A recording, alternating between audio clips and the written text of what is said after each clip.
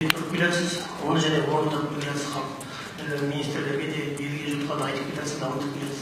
Өзіңіз білесіз, біздің тәуелсіздігімізді алғашқы мойындаған, алғашқы құттықтаған Түркия болды. Оны үнемі айтып та жүрсіз өзіңіз. Осы үнемі түркі бауырлармен қарым-қатынасымыз жақсы. Өзіңіз бір кезде Нұрорда секілді КТК лицейін ашқанда айтып едіңіз.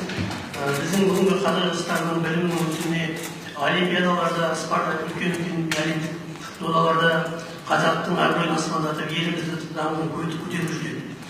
Бүгінде өзіңіз білесіз, еліміздегі түрік ұстаздардың жағдайы алаңдаушылық басым екен. Өзіңіз білесіз, бүгінде Түркиядағы саясатта.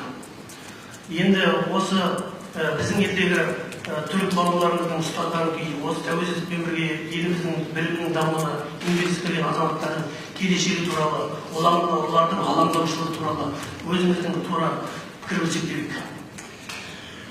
Ол азаматтардан мен жиі қазір қаталып тұрамын. Түріктің төңірегінде жүрген адамдарды соған кінәлі деп санап, көп адамдарды жауапқа тартты, түрмеге отырғызды.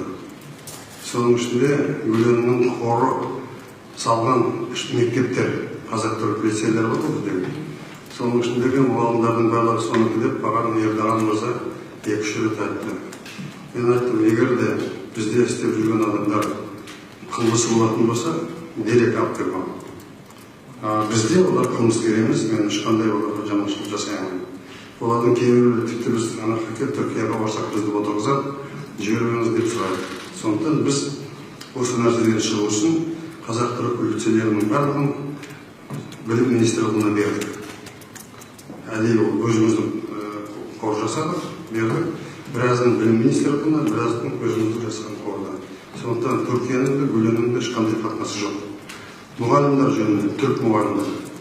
Түрік мұғалімдердің ішінде жаңағы кінәлі төңкеріске дегендері дәлелдегеннің біразын біз қайтардық. Оның біраздан меніңше. Біразы сұранып өзі шетелге кетіп қалды. Енді қалғандарын кеше келгенде тағы сұрадым мен Ердоған мырза. Мен айттым, мына қалғандардың ешқандай қылмысы жоқ. Егер де бізге дәлелдесеңдер қылмысы бар деп, онда бірге олар құқық қорғау органдары қарасın.